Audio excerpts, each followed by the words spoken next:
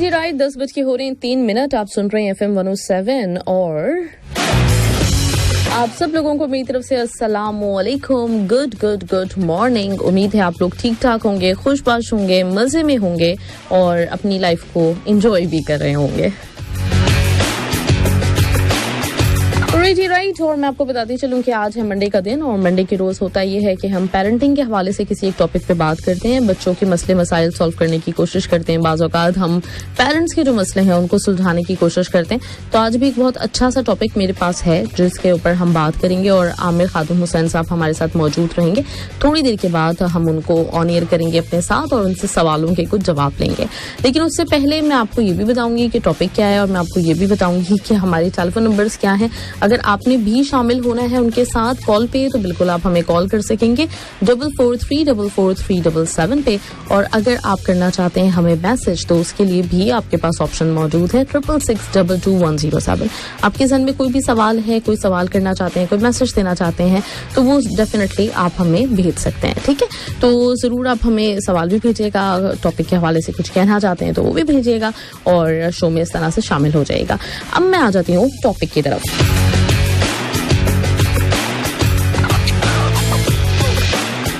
Topic आज का हमारा बहुत ज़्यादा ज़रूरी है और वो ये कि बच्चों का जो एजुकेशनल प्रोसेस होता है, जो बच्चों की तालीमी जो एक मरहला होता है उसके बारे में डेफिनेटली पेरेंट्स बहुत ज़्यादा परेशान भी रहते हैं। उनकी एक कंसर्न होता है उनका कि किस तरह से हम अपने बच्चों को पढ़ाएं, कौन सा तालीमी निज़ाम बेहतर है, किस चीज़ को हम अडॉप्ट करें। ये सारी जो चीज़ें हैं वो हमेशा पेरेंट्स के जहन में ना मतलब रहती हैं। हर दौर के पेरेंट्स के जहन में ये सवालात मौजूद होते हैं कि कौन सा ऐसा तरीकाकार होना चाहिए जिसको वो इख्तियार करेंगे तो उनके बच्चों के लिए अच्छा होगा। तो आज हम यही जानेंगे, आमिर साहब से पूछेंगे कि कौन कौन से तरीकाकार ऐसे हो सकते हैं कि जिनके थ्रू हम जो है वो एजुकेशनल प्रोसेस जो है उसको ज्यादा बेहतर बना सके अपने बच्चे के लिए।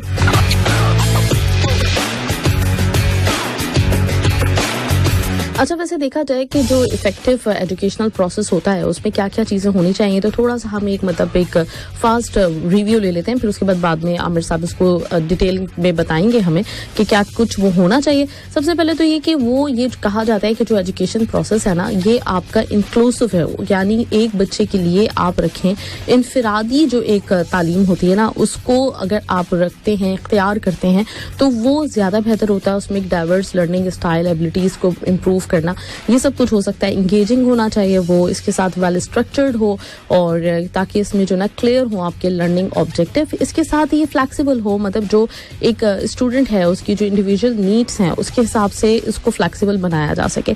इसके साथ ही साथ उसकी असेसमेंट्स होनी चाहिए, मतलब जिसको हम एग्जाम्स कहते हैं। अब ये जो एग्जाम्स हैं या असेसमेंट्स हैं इनका एक प्रोसेस होना चाहिए, एक इसका जो है ना ताकि हमें पता चलता रहे कि क्या प्रोग्रेस है बच्चे की और किस तरह का उसका आउटकम है इन स्टडीज का।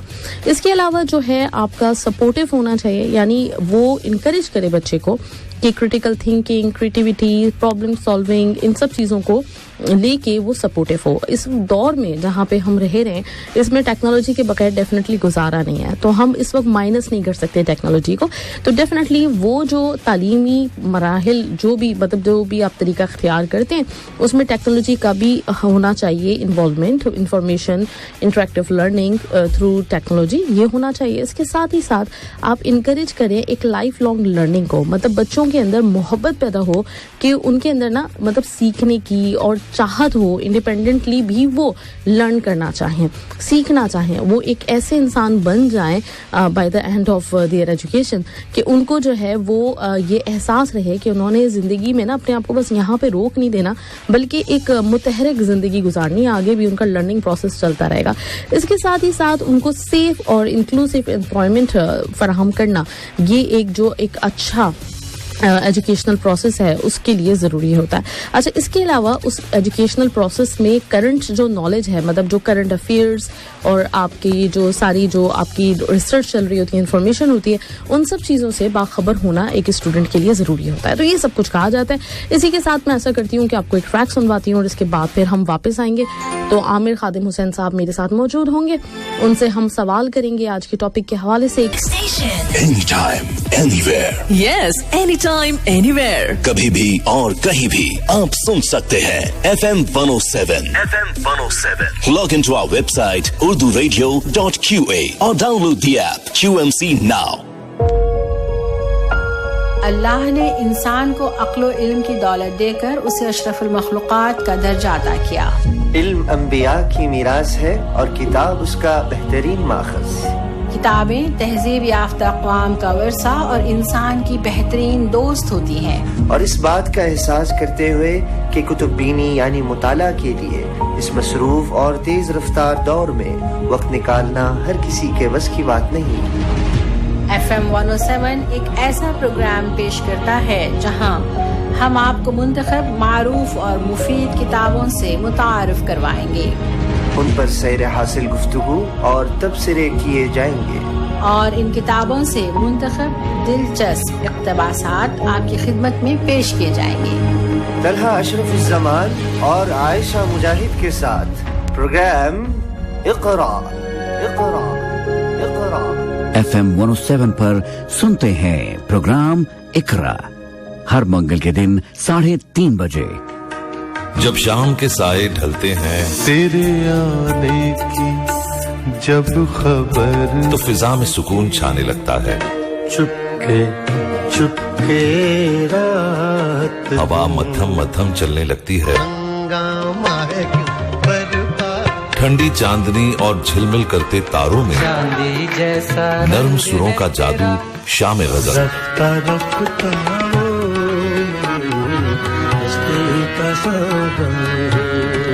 अपना सफर जारी रखते हुए खूबसूरत गजलों का लुत्फ उठाएं शाम गजल पर फरजाना सफदर के साथ हर मंगल रात 8 बजे से 9 बजे तक ओनली ऑन FM 107 दिल से देसी।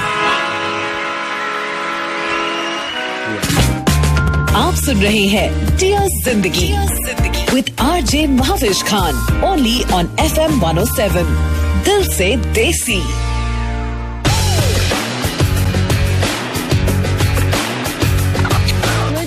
Welcome back. आप सुन रहे हैं 107 FM और इस वक्त आप शो सुन रहे हैं डियर जिंदगी। मेरे साथ इस वक्त कॉल पे मौजूद हैं आमिर खातिम हुसैन साहब, तो उनको वेलकम करते हैं शो में। हेलो, अस्सलाम वालेकुम। वालेकुम अस्सलाम व रहमतुल्लाह। जी, कैसे हाल चाल हैं आपके? बहुत अच्छे अल्हम्दुलिल्लाह महफिज, थैंक यू। आप कैसी हैं? अल्हम्दुलिल्लाह बिल्कुल ठीक ठाक। और आमिर साहब, आज हमारा जो टॉपिक है कि किस तरह से हम अपने एजुकेशनल प्रोसेस को इफेक्टिव बना सकते हैं, क्योंकि डेफिनेटली मतलब ये जो स्कूल सिस्टम्स हैं ये बहुत कोई पुरानी इसकी एक तरह से देखा जाए तो हिस्ट्री नहीं है, पहले नहीं हुआ करता था। और बहुत सारे लोगों का ये भी एक मानना है कि जब से ये स्कूल्स आए हैं और जब से जो है ना मतलब ये एक तालीम को एक तरह से बाउंड कर दिया गया कि अब हमने सिलेबस में कोर्सेज में और एक मतलब जो है ना बच्चा बाउंड है कि उसने यही पढ़ना है। तो अक्सर लोग इस पे अब एतराज़ात भी करने लगे, जैसे जैसे लोगों को मतलब एक अवेयरनेस आ रही है, समझ में आ रहा है। लेकिन खैर मतलब इस वक्त हमारे पास कोई ऑप्शन नहीं है, डिग्री बहुत ज़रूरी है, पहले वाला दौर नहीं है। तो इसमें हम किस तरह से अपने बच्चे के एजुकेशनल प्रोसेस को इफेक्टिव कर सकते हैं, उसमें क्या हमारा रोल हो सकता है और किस तरह से स्कूल्स भी इसको बेहतर बना सकते हैं?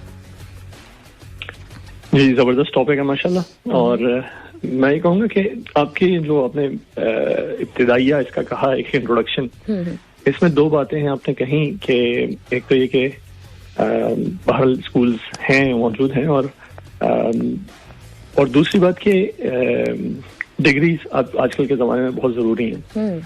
अच्छा, ये बात आज से 10 साल पहले तक के लिए, बल्कि मैं तो कहता हूँ आज से शायद 3 साल पहले तक के लिए तो शायद बहुत ज़्यादा सही थी। ये लेकिन जो कोविड आया है ना, और उसके बाद जो दुनिया ने एक बड़ी तब्दीली देखी है, उसके बाद बहरहाल डिग्रीज की वैल्यू वो नहीं रह गई जो हमारे आज से यानी कि 5-6 साल पहले थी।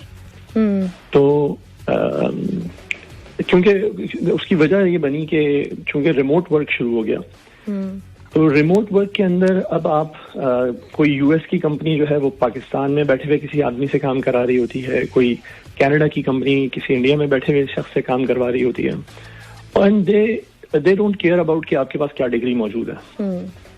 ऑल दे केयर अबाउट कि जी आप ये काम कर सकते हैं कि नहीं कर सकते, जो हम आपको काम दे रहे हैं आप वहां पे बैठे बैठे कीजिए और उसके बदले में आपको जो है जो भी उसकी मुआवजा होगा वो मिल जाएगा। तो लेकिन बाहर डिग्री की अहमियत एक और है। ये हम इससे जरा सा पीछे चले जाएं तो इंजीनियरिंग और डॉक्टर जो हमारे यहाँ ट्रेंड्स थे बड़े, उनके लिए बहरहाल एक बहुत ही स्टैंडर्डाइज्ड डिग्री की जरूरत है। ऑफ कोर्स अगर एक इंजीनियर जो है वो एक डिग्री सेंटीग्रेड का फर्क करता है किसी फॉर्मूले के अंदर, वो फॉर्मूला कुछ से कुछ हो सकता है। 1 डिग्री पे अगर आपने रॉकेट कहीं अलग गलत डायरेक्शन में भेज दिया जिसमें 0.1 डिग्री का भी फर्क है जी, तो वो रॉकेट जो है वो मून के बजाय कहीं और पहुंच जाना है। बिल्कुल। तो आप समझ रहे हैं कि वो इंजीनियर के लिए दैट वाज रिक्वायर्ड, ठीक है, कि वो बहुत ज्यादा स्टैंडर्डाइज्ड प्रोसेस से गुजरे और उनको 1 डिग्री मिली भी हो, उनके उस प्रोसेस को बहुत अच्छी तरह से जांचा गया हो। इसी तरह एक डॉक्टर का मामला है कि वो डॉक्टर जो है जो ओपन हार्ट सर्जरी कर रहा है उसको वाकईतन हार्ट के फंक्शन के बारे में नहीं, हर चीज के फंक्शन के बारे में बहुत अच्छी तरह इल्म होना चाहिए ताकि वो उस वक्त के ब्लड प्रेशर को मेंटेन कर सके और 10,000 जो उसके वाइटल्स होते हैं उनको वो मेंटेन कर सके उस वक्त। तो डिग्री की इम्पोर्टेंस है, कुछ शोबों में बहुत ज्यादा है, लेकिन अब जो नॉलेज इकोनॉमी बन रही है जिसको हम कहते हैं नॉलेज इकोनॉमी, जहाँ पे डिजाइनर्स, डेवलपर्स और इस तरह इनोवेटिव थिंकर्स, स्पीकर्स, कम्युनिकेटर्स, इस तरह की टीचर्स, बहुत बड़ी एक नॉलेज इकोनॉमी है जहाँ पे इन डिग्रीज की वैल्यू निस्बतन कम है और बहुत सक्सेसफुल आजकल तो बल्कि 17-18 साल के बच्चे जो हैं वो माशाल्लाह अपने वालिदैन से ज्यादा कमा रहे हैं, अपने वालिदैन से ज्यादा दुनिया को जानते हैं और यानी कि जब उनके पास कोई डिग्री नहीं है, वो मैट्रिकुलेशन भी नहीं है हार्डली, और वो बहुत अच्छा कर रहे हैं काम।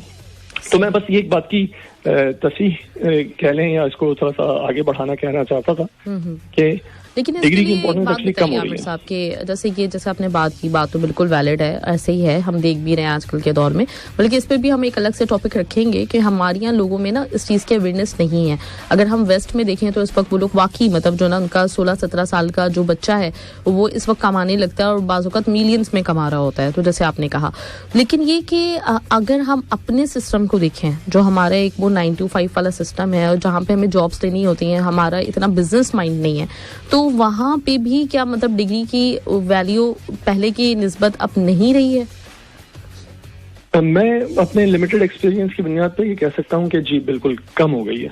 सही। कुछ तो जाहिर सी बात है कि कुछ कंपनीज, कुछ इदारे ऐसे होते हैं जो जिनको हम कहते हैं ट्रेडिशनल इदारे हैं, ठीक है, वो अपनी पुरानी उस थिंकिंग में चल रहे होते हैं कि हाँ जी आपको काम करने के लिए एक मास्टर्स डिग्री चाहिए इस पोजीशन पे, फलानी पोजीशन के लिए एक PhD डिग्री चाहिए। लेकिन अब बात जो है, लेकिन आप देखें कि हम अपनी जिंदगी में भी आमतौर पे भी लोगों से मिलते हैं जो कि मास्टर्स होते हैं या डबल मास्टर्स होते हैं और PhDs होते हैं और डबल PhDs होते हैं, और हमें लगता है कि यार कुछ बात तो दुरुस्त नहीं है इनके अंदर। हाँ। या तो कम्युनिकेट नहीं कर पा रहे, बहुत शाय हैं, बहुत एग्रेसिव हैं, कुछ भी एक चीज आगे पीछे है। टीम में जब काम करना होता है तो ये इम्पोर्टेंट होता है कि आप कैसे कोलैबोरेट करते हैं, कैसे लोगों के साथ चलते हैं, कैसे लोगों को साथ लेके चलते हैं। तो अब अगर सिर्फ डिग्री की बुनियाद पे ये फैसले होंगे तो टीमें नहीं चलेंगी उस तरह से। तो हम पहले किसी इदारे का सरबरा होना है तो आपके पास PhD होना चाहिए। अब ये ट्रेडिशनल इदारे हैं, ट्रेडिशनल इदारे पीछे जा रहे हैं और नॉन ट्रेडिशनल नए माइंडसेट के लोग जो हैं वो आगे आ रहे हैं इस वक्त। तो बड़ी बड़ी कंपनीज ऐसी हैं जिनके CEOs या तो बहुत छोटी उम्र के लोग हैं। अब आप देखें बल्कि ये ट्रेंड ग्लोबल पॉलिटिक्स के अंदर भी नजर आ रहा है आपको। बड़ी बड़ी कंट्रीज के जो सरबराह हैं वो छोटी उम्र के लोग हैं। तो ये पूरी तरह से वो नैरेटिव चैलेंज हो रहा है कि जी नहीं, ये फलानी आपके पास जो है ना वो प्री रेक्विजिट्स होने चाहिए तभी आप कुछ कर सकते हैं, वरना नहीं कर सकते। जो कुछ कर सकता है वो तो करके दिखा रहा है ना, वो तो प्रूव कर रहा है कि मैं कर सकता हूँ। तो एक कागज पे ये लिखे हुए होने से कि जी ये फलाने शख्स जो है ये केपेबल हैं ये करने के या नहीं केपेबल, उससे क्या फर्क पड़ता है? सही, बिल्कुल। तो इसकी अहमियत कम हो रही है। मैं तो ये कह सकता हूँ कि कंपनीज में भी 9 to 5 जॉब्स में भी क्योंकि 9 to 5 जॉब्स ही नहीं रह रही ना। अब आप देखें कि वही मैंने जैसे कहा रिमोट जॉब्स का कॉन्सेप्ट आ रहा है। तो बहुत सारी जॉब्स के अंदर आपके कंपनी वाले आपको यहाँ तक भी कह देते हैं कि देखें अमेरिका में ये कॉन्सेप्ट बहुत कॉमन हो गया अब कि आप अपनी मर्जी से जितनी छुट्टियां चाहे ले सकते हैं। सही। हमारे लिए बहुत एलियन कॉन्सेप्ट है, बहुत अलग कॉन्सेप्ट है। बिल्कुल। लेकिन वहां पे आप अपनी मर्जी से छुट्टियां ले सकते हैं। क्यों? क्योंकि वो कह रहे हैं आपके पास एक काम है। अगर आपको लगता है कि आप साल में 364 दिन छुट्टी लेके एक दिन में ये काम कर सकते हैं, वेल एंड गुड, कर लीजिए। ओके। मतलब इस तरह मतलब अगर देखा जाए तो ये जो अब जो दौर है इस वक्त वो टारगेट बेस्ड जॉब्स का है। अब वो वाला मामला नहीं है कि आपने मतलब जो ना वो अपनी शक्ल दिखानी है, बैठे रहना है और ये सब कुछ ना, तो वो जो एक रिवायती तरीका हुआ करता था वो खत्म हो चुका है। ठीक है, जबरदस्त, ग्रेट।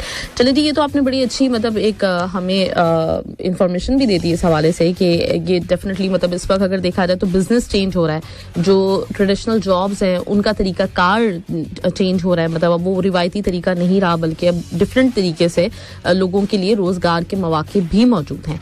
तो इसके हिसाब से किस तरह से हम अपने तालीमी निज़ाम को मौसर कर सकते हैं, या फिर क्या हो सकता है इसका, अगर मतलब हम स्कूल्स की कॉलेजेस की बात ना करें तो घर की अगर हम बात करें तो क्या कुछ हम कर सकते हैं, ये मैं डेफिनेटली आपसे जानूंगी। लेकिन उससे पहले हम एक म्यूजिकल ब्रेक ले लेते हैं और फिर वापस आते हैं। बल्कि एक कॉल आ गई है तो कॉल तो लेते हैं, सवाल इनका पूछते हैं और फिर उसके बाद हम एक म्यूजिकल ब्रेक की तरफ जाएंगे। हेलो, अस्सलाम वालेकुम।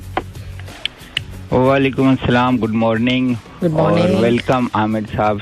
मैं बहुत बेताबी से इनकी बातें सुनता हूँ और इंतजार करता हूँ माशाल्लाह। और तालीम के ऊपर, जिसके ऊपर आजकल की सारी इकॉनमी कहते हैं ना एजुकेशन बेस है, और अनफॉर्चुनेटली मेरी बातें शायद थोड़ी कड़वी लगे, हमारे मुल्क में इसकी प्रायोरिटी नहीं है, कहते हैं जरूरत ही नहीं है। पहले तो अभी तक हमने ये तय ही नहीं किया कि हमने पढ़ना क्या है, हमारे कोर्स में क्या होगा, और सरकारी सतह पर ये जो मौजूदा टेक्नोलॉजी है इनके अपडेट्स हैं, इनकी अवेयरनेस नहीं है। इवन आजकल भी स्कूल ऐसे मिलते हैं, गोस्ट स्कूल, एनजीओ, या सिर्फ उनका मतलब होता है फंड खाना। मैंने खुद फिजिकली विजिट करके देखा है। जाहिर है उन इलाकों में लोग जहाँ बिजली, गैस, पानी और बाकी माशी मुश्किलात का शिकार हैं, वो कहाँ जाएंगे? रही सही कसर जो बेचारे मिडिल एज मतवसत तबका है, so called English medium school, जिनकी जैसे ब्रांडेड चीजें होती है ना, ब्रांडेड स्कूलों में नहीं जा सकते,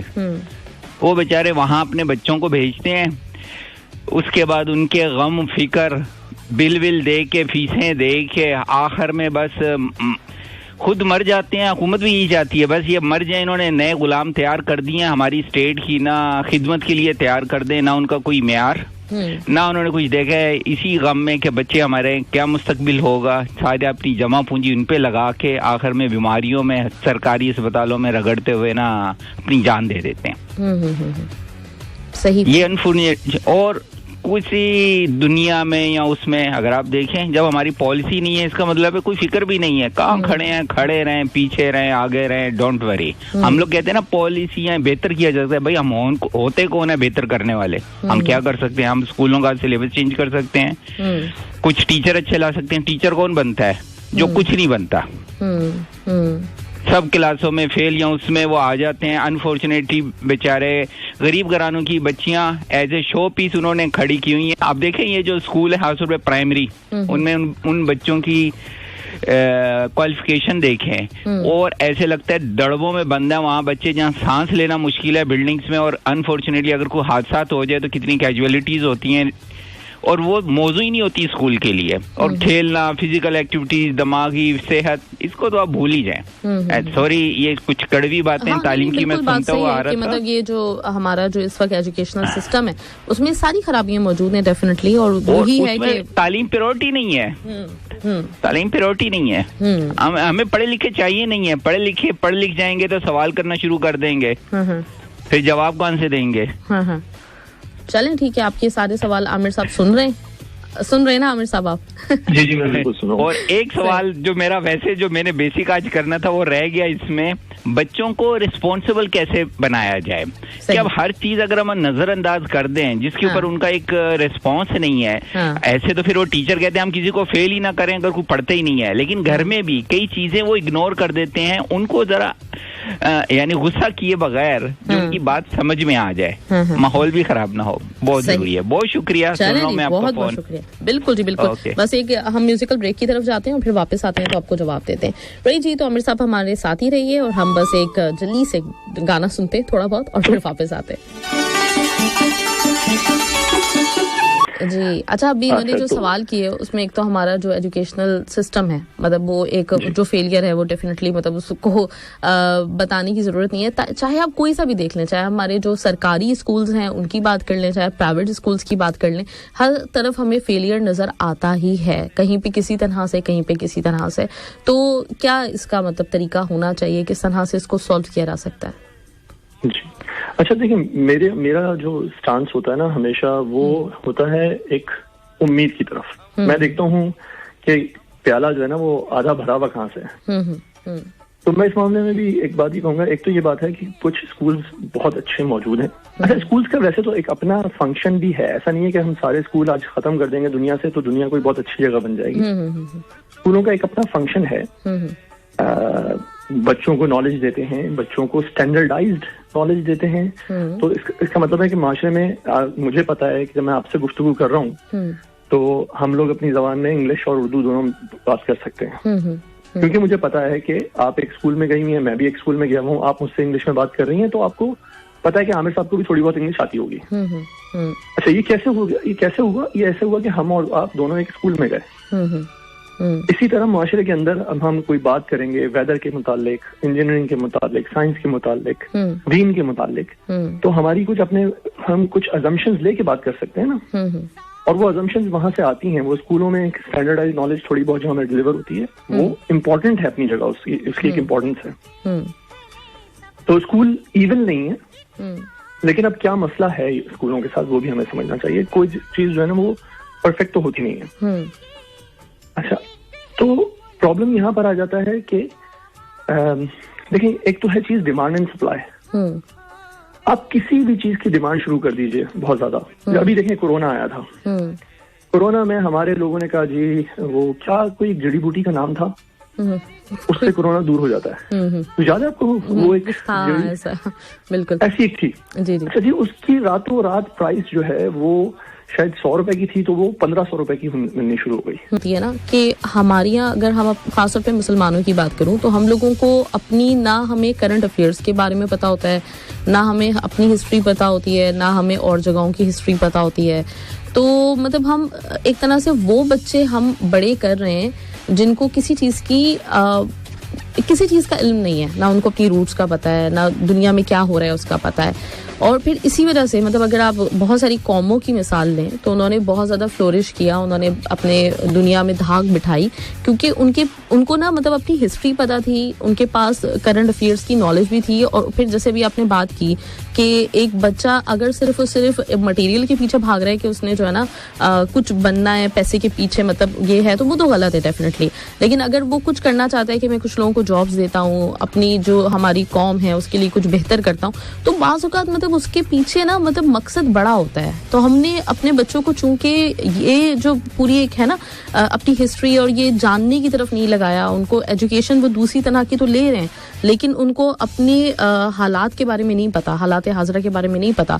तो बहुत हद तक मुझे ये भी एक लगता है कि हमारे यहाँ ना वो स्पार्क नहीं पैदा होता बच्चे के अंदर, या फिर वो एक मकसद नहीं पैदा होता।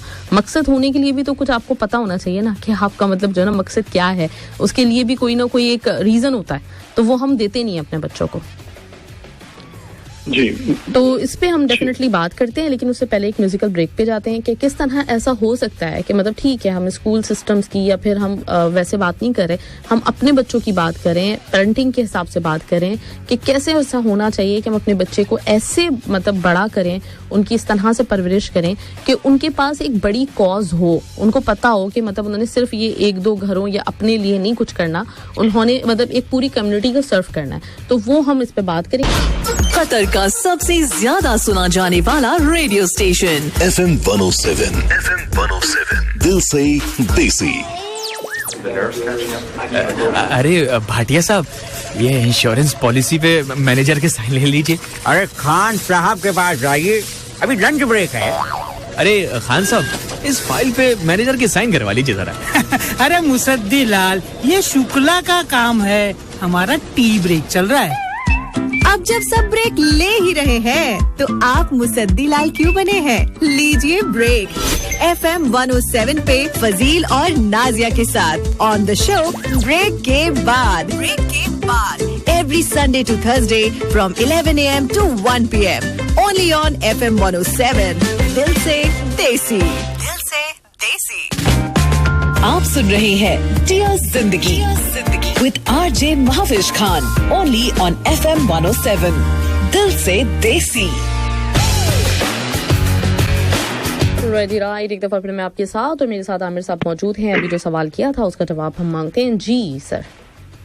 जी तो देखिए, आपने तारीख के बारे में बात किया और करंट अफेयर्स के बारे में। हाँ, नहीं बेसिकली मतलब मैं ये कहना चाह रही हूँ कि जो एक मोटिवेशन होती है ना, मतलब आप देखें कि इस वक्त बहुत सारी जगहों पे हमें नजर आ रहा है कि पिछले कई 100 सालों से लोग किसी मकसद के ऊपर काम कर रहे हैं, लेकिन दूसरी तरफ अगर हमारा रवैया देखें तो हम लोग बिल्कुल मतलब जो ना वो जानवरों वाली जिंदगी गुजार के कि हम बस ठीक है पैदा हुए और बड़े हुए और फिर मतलब जो ना खत्म हो गए, हमारे पास कोई जिंदगी का मकसद नहीं है। और उसमें भी मुझे लगता है कि बहुत हद तक ये एक रीजन है कि हम लोगों ने ना मतलब अपने दिमागों को भी बहुत ज्यादा महदूद कर दिया। हम अपना अपनी हिस्ट्री के बारे में जानते हैं ना, करंट अफेयर्स के बारे में हमें कोई नो हाउ होती है। तो ये सारी जो चीजें हैं वो डेफिनेटली इफेक्ट जो नजर आता है वो इस वक्त हमारा इस सूरत में नजर आ रहा है कि हम मतलब जवाल पजीर हैं। जी बिल्कुल। इस तो मुझे एक शेर याद आ रहा है और वो लेकिन पूरा नहीं याद आ रहा कि शायद गालिबन अकबर अलाहाबादी का शेर था कि जो उन्होंने कहा था कि हाँ वो छोड़ लिटरेचर को अपने हिस्ट्री को भूल जा, शेख व मकतब तर्क कर स्कूल जा। तो उन्होंने कहा था जी अपने लिटरेचर को भी छोड़ें, अपनी हिस्ट्री को भी भूलें और ये तुम जो शेख के पास जाते हो, मकतब में जाते हो, इनको भी छोड़ो, ये सब बेकार की बातें और स्कूल जा। फिर 4 दिन की जिंदगी है, इस गालिबन किससे क्या फायदा, एक लफ्ज में मिस कर रहा हूँ यहाँ पे, खा डबल रोटी कलर की कर खुशी से फूल जा। ठीक है जी, हाँ डबल रोटियां खाएं और ये हम लोग कर रहे हैं, यानी कि वो हमारी ट्रेडिशनल खाने भी खत्म हो गए, क्लर्कियां। और ये देखें ये हम क्लर्की कहते हैं लेकिन असल में ये जो मैनेजमेंट जॉब्स भी है ना आजकल, ये सारी क्लर्की से कुछ कम नहीं है। और हम इस बात पे खुश हैं कि जी हम लोग कामयाब हैं। तो असल बात वही है कि हम अपने थोड़े से ऑब्जेक्टिव को अगर क्लियर करेंगे पीछे जाके कि हम ये सारी चीज कर क्यों रहे हैं, हमारा दुनिया में आने का मकसद क्या है, और अल्लाह ताला ने हमें बहुत बड़ा मकसद देके भेजा है। यानी कि हम अल्लाह ताला खलीफतुल्लाह फिल अर्द कहते हैं इंसान को, भाई you are my vice chair and my viceroy on the planet. और अगर हम सस्टेनेंस की लेवल पे जिंदगी गुजारते हैं, हम ये कहते हैं कि हमारा मकसद रोटी कपड़ा और मकान है, या तो ये देखें ये तो इसको ये बिल्कुल जैसे आपने कहा कि जानवरों के लेवल की जिंदगी है, क्योंकि जानवर भी रोटी खाता है, ठीक है, और कहीं ना कहीं से दौड़ धूप करके रोटी मिल जाती है उसको। उसके लिए भी एक शेल्टर होता है, कोई गार कोई घोंसला कुछ ना कुछ वो अपने लिए बना लेता है। और इसी तरह अगर हम अपने बच्चों की परवाह करते हैं, उनको एजुकेट करते हैं, तो जानवर भी एजुकेट करता है अपने बच्चों को, उसको भी बताता है शिकार कैसे पकड़ना है, क्या चीज खानी है क्या चीज नहीं खानी है। तो हम अपने आप को अशरफुल मखलूकात के दर्जे से गिरा के एक जानवर के लेवल पे ले आते हैं, और अल्लाह ताला इसको कुरान में वाज़ेह करते हैं। अल्लाह ने कहा है कि जब ये ऐसा करते हैं तो उलाइका कल अनाम बल हुम अदल, कि ये तो फिर मवेशियों की तरह है बल्कि उनसे भी नीचे हैं। तो देखें हम हिस्ट्री पढ़ें या ना पढ़ें, दैट इज नॉट इम्पोर्टेंट। हम करंट अफेयर्स पे नजर रखें या ना रखें ये भी जरूरी नहीं है बहुत ज्यादा। आजकल इतनी ज्यादा इंफॉर्मेशन है, ये ओवरलोड इंफॉर्मेशन का दौर है। पहले किसी जमाने में आप तवज्जो से बैठ के एक हिस्ट्री की किताब पढ़ सकते थे, 2 पढ़ सकते थे, 3 पढ़ सकते थे। इस वक्त आप हिस्ट्री के लिए गूगल पे जाएंगे और गूगल पे एक मौजू के ऊपर आपको 1000 आर्टिकल मिलेंगे। अगर किसी बच्चे को शौक है, अगर किसी इंसान को शौक है, वो जरूर पढ़े अपनी हिस्ट्री। लेकिन असल चीज क्या है? असल चीज है फिलोसफी ऑफ हिस्ट्री। हिस्ट्री हमें देती है, हिस्ट्री हमें सबक देती है कि काम करने वाले नेशंस ऊपर जाते हैं, काम ना करने वाले नेशंस नीचे जाते हैं। बड़े गोल्स रखने वाले नेशंस ऊपर जाते हैं, छोटे गोल्स रखने वाले नेशंस नीचे जाते हैं। सही। फिर ये कि नेशंस ऊपर और नीचे जाते हैं ये बताते खुद, क्योंकि अभी ऐसा लगता है ना कि जी दुनिया तो बस इन्हीं के लिए है और मुसलमानों के लिए सिर्फ आखिरत ही है। लेकिन भाई एक जमाना, अब कोई बहुत पुराना जमाना नहीं था, आज से 100 साल पहले तक मुसलमानों की जो सल्तनत उस्मानिया थी दुनिया की बड़ी तरीन अजीम तरीन सल्तनतों में से एक थी। और ये longest ever running political system है मुसलमानों का। बिल्कुल बिल्कुल। हम समझते हैं कि जी वो खिलाफत 30 साल बाद खत्म हो गई, लेकिन लॉन्गेस्ट एवर रनिंग, क्योंकि खिलाफत तो जाके 1920 में खत्म हुई है, जो उसका पॉलिटिकल सिस्टम है। तो ये एतमाद बच्चों को देना कि नहीं बेटा तुम ऐसे जगह से नहीं आए जिनका मतलब where we have no roots, तो वो चाहे वो आप फिलोसफी के जरिए दें, चाहे वो हिस्ट्री के जरिए दें, या चाहे आपको वो साइंस के रूट से या लिटरेचर के रूट से मिले, वो बच्चे की अपनी इस्तेदाद पे या उसके अपनी इंटरेस्ट के ऊपर देखा जाएगा। लेकिन हाँ, ये बात बताना जरूरी है। और मैं करंट अफेयर्स के बारे में एक बात कहना चाहूंगा, अगर आप इजाजत दें मुझे तो। जी बिल्कुल। तो करंट अफेयर्स जो है ना, ये तो एक ऐसा समंदर है जिसकी कोई इंतहा नहीं है। और हमारे बड़े लोग अमूमन इस गलती का शिकार होते हैं कि जी मैं तो टीवी पे बस हालात हाजरा के प्रोग्राम देखता हूँ, और उस पूरे हालात हाजरा के अंदर आपकी लाइफ गुजर रही है। एग्जैक्टली। अच्छा, बिल्कुल, मतलब मेरा भी अपना मानना ये है कि आप करंट अफेयर्स के ऊपर बिल्कुल भी रिलाई नहीं कर सकते अगर आपको मतलब ना थोड़ी चीज़ों की हिस्ट्री ना पता हो, क्योंकि वही होता है कि हिस्ट्री के बारे में कहा जाता है कि रिपीट करती है अपने आप को, तो कहीं ना कहीं चीज़ें होती हैं और आपकी अपनी बसीरत जब भी खुलती है जब आपको कुछ उसका बैकग्राउंड पता होता है। बहुत अच्छी बात की आपने, बहुत अच्छी बात की। करंट अफेयर्स को डिस्टिल करने की बहुत जरूरत है। ये प्रोपेगेंडे का दौर है। हर बंदा जिसके पास एक माइक है, एक यूट्यूब चैनल है, रेडियो है, मतलब हर एक के पास। अब तो पहले तो किसी जमाने में होता था ना कि जी आपके पास एक सर्टेन काबिलियत होती है तो आपको माइक दिया जाता है। अब आप माइक खरीद सकते हैं लुलू से जाके, 50 रियाल का मिलेगा, और मैं जो चाहूँ वो स्टार्ट कर सकता हूँ कहना। ठीक है, तो आपको ये एबिलिटी हासिल करना कि आप डिस्टिल कर सकें, आप इस बात को समझ सकें कि जी कौन सी इंफॉर्मेशन लेने की है, कौन सी नहीं लेने की, और उसको किस तरह से अंडरस्टैंड करना है। ये बसीरत हासिल करना जो आपने कहा बहुत बहुत अहम है। बिल्कुल बिल्कुल। लेकिन अगर हम आपके वो एजुकेशनल सिस्टम वाले उस पर जाने के, मुझे लगता है कि आज का हमारा प्रोग्राम वो इधर उधर हो गया। लेकिन उसकी वजह शायद ये है कि ये टॉपिक ही बहुत बड़ा और बहुत जबरदस्त टॉपिक लिया आपने। तो इसकी बहुत सारी जहतें हैं, बहुत सारी डायमेंशंस हैं जिनके अंदर बात हो सकती है। लेकिन अगर हम उस पर वापस आए और मैं ये कहूँ कि हम पहले तो ये डिसाइड करें, अगर हमें एक इफेक्टिव लर्निंग सिस्टम बनाना है बच्चों के लिए, तो इसका मतलब ये है कि पहले हमें ये देखना होगा इफेक्टिव क्या होता है, वो चीज जो रिजल्ट अपना प्रोड्यूस करे। एग्जैक्टली। ठीक है, तो अच्छा, तो पहले हमें रिजल्ट तय करना होगा कि क्या रिजल्ट हम चाहते हैं अपने एजुकेशन सिस्टम से। पिछले 100 साल से जो एजुकेशन सिस्टम है उसका मकसद ये है कि इंडस्ट्रियल वर्कर्स पैदा किए जाएं, वो वर्कर्स जो एक स्टैंडर्ड काम कर सकें। अगर कोई किताब बाइंड कर रहा है तो वो एक इनह्यूमन स्पीड के ऊपर बहुत ही तेजी से मशीन की तरह किताब बाइंड कर सके। कोई अगर गाड़ी का नट लगा रहा है तो वो बहुत तेजी से गाड़ी के नट ही लगाता रहे सारी जिंदगी। और यही एजुकेशन सिस्टम का मेन गोल बना हुआ है पिछले 100 साल से, स्टैंडर्ड लोगों को प्रोड्यूस करना। अगर हमें कुछ तब्दीली चाहिए, और आज पूरी दुनिया तब्दीली के लिए रो रही है कि हमें कुछ डिफरेंट चाहिए, ये जो चीज अभी है ये वर्क नहीं कर रही, तो हमें मालूम करना होगा कि जी हमारा एंड गोल क्या है। एंड गोल आजकल के दौर में अगर हम आसानी से कहें तो वो पैसे हो सकते हैं। ज्यादातर लोगों के लिए पैसे होते हैं। कोई सर्टेन एम्प्लॉयमेंट होती है, कोई स्टेटस होता है, ठीक है, एम्प्लॉयबिलिटी होती है। हाँ जी, ये वाली जॉब करोगे तो जॉब मिलेगी, ये वाली डिग्री करोगे तो जॉब मिलेगी, ये वाली डिग्री करोगे तो जॉब नहीं मिलेगी।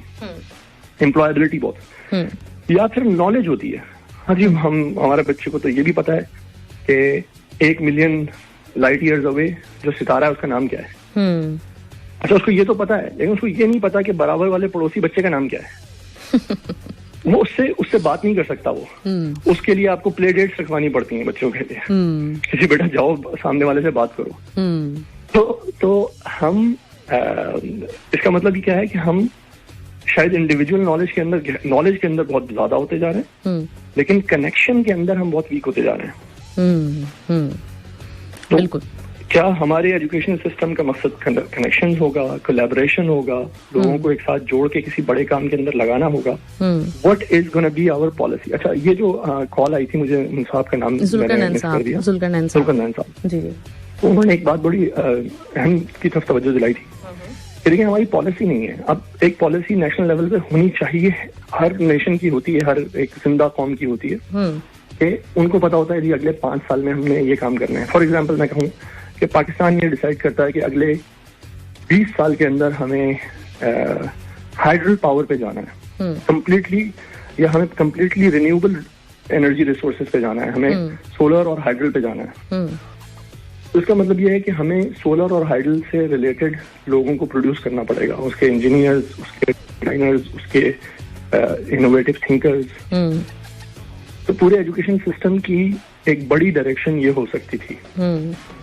लेकिन जब हुकूमत अपनी जिम्मेदारी मुझे हंसी इसलिए आ रही है हाँ कि यहाँ पे हम 5 साल मंसूबा क्या बनाएंगे, क्या हमारा मिशन होगा या विजन होगा। हमारी तो अपनी ये कोशिश होती है कि किसी की भी 5 साल पूरे ना हो पाए। तो हमारे लिए डेफिनेटली बदकिस्मती से हम मतलब वहाँ पे खड़े हुए। अच्छा, अब एक म्यूजिकल ब्रेक तो नहीं, लेकिन बस एक ब्रेक की तरफ जाना जरूरी है, तो वो हम जाके बस 1 मिनट में वापस आते हैं। आपने सुना हमें on air. Now follow us on Facebook and Instagram @FM 107 Qatar. दिल से देसी। कानून हमें तहफ्फुज़ देता है और वज़ारत दाखिला के तमाम इदारे हर वक्त हमारी जिंदगी को आसान बनाने के लिए मसरूफ हैं।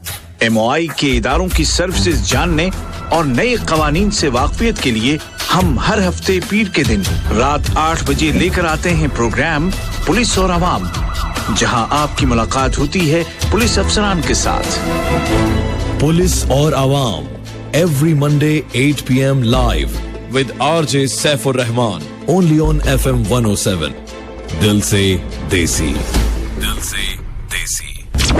FM 107 प्रेजेंट्स क्या आप जानते हैं?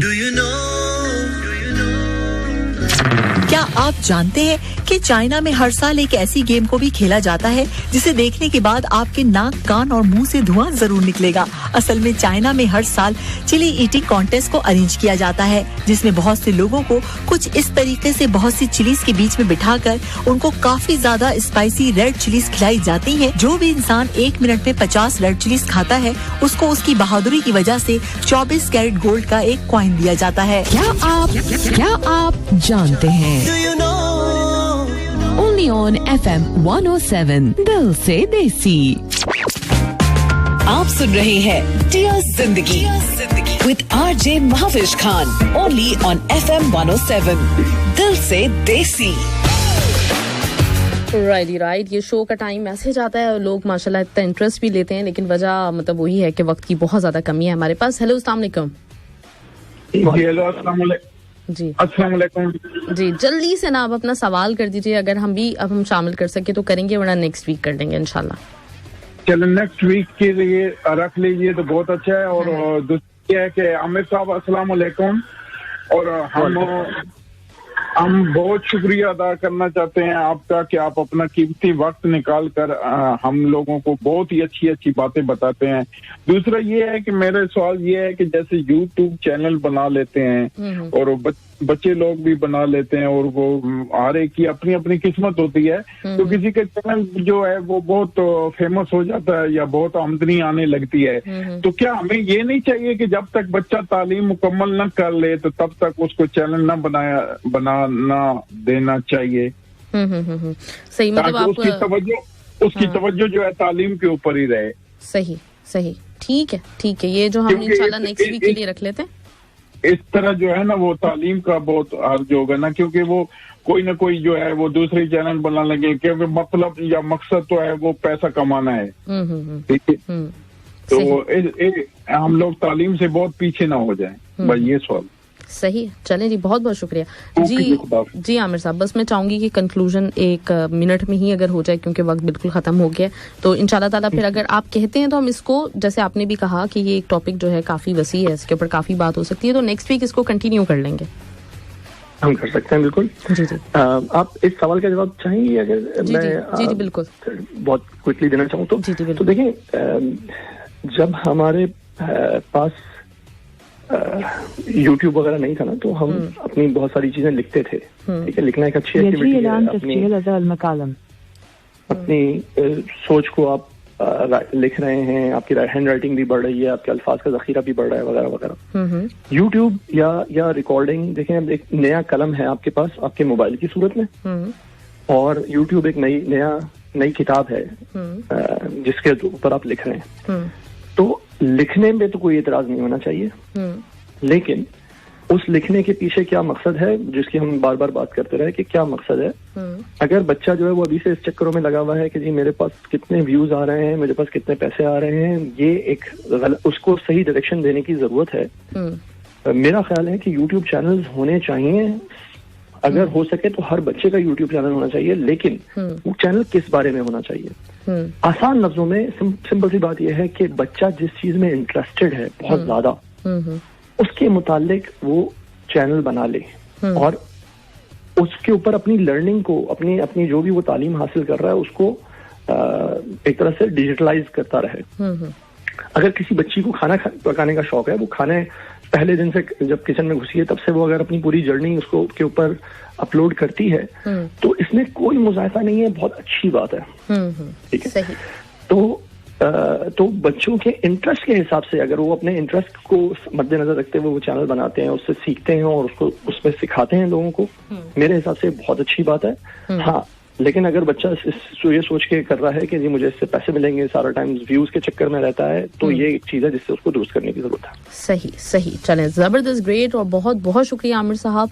बस वक्त की बड़ी कमी रहती है और मेरा ख्याल है कि हमें मतलब थोड़ा सा जरा ज्यादा टाइम इसके लिए मिल जाए तो बहुत अच्छा हो सकता है। लेकिन बहुत बहुत शुक्रिया। इंशाल्लाह इसी टॉपिक को हम नेक्स्ट वीक कंटिन्यू करते हैं, क्योंकि बहुत सारे मैसेजेस भी आ गए हैं इसी ताइद में कि नेक्स्ट वीक ये कंटिन्यू कीजिए। तो बहुत शुक्रिया, इंशाल्लाह ताला नेक्स्ट वीक मुलाकात होती है आपसे। बहुत शुक्रिया महवेश, बहुत शुक्रिया आपके तमाम सामीन का, तमाम लिसनर्स का भी जी, बहुत बहुत शुक्रिया। अपना ख्याल रखिएगा, अल्लाह हाफिज। वालेकुम सलाम। जी लिसनर्स, इसी के साथ मैं भी बस आपसे इजाजत लूंगी। मेरे फौरन बात आप ब्रेक के बाद सुनने वाले हैं। एंजॉय कीजिए, मुझे दीजिए इजाजत। अल्लाह हाफिज एंड बाय बाय।